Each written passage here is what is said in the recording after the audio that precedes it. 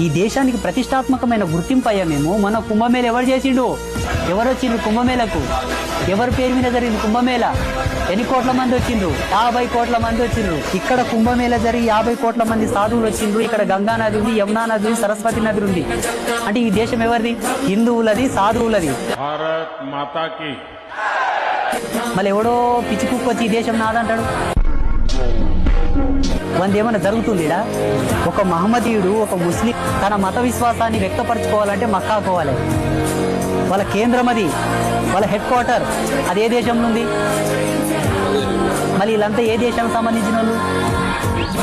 ఒక క్రైస్తవుడు తన మత విశ్వాసాన్ని వ్యక్తపరచుకోవడానికి, గౌరవించుకోవడానికి జెరూసలేం పోవాలి. అది ఎక్కడుంది? వీళ్ళంతా ఎక్కడ పోవాలి? వీళ్ళంతా ఆ దేశానికి సంబంధించిన వాళ్ళు.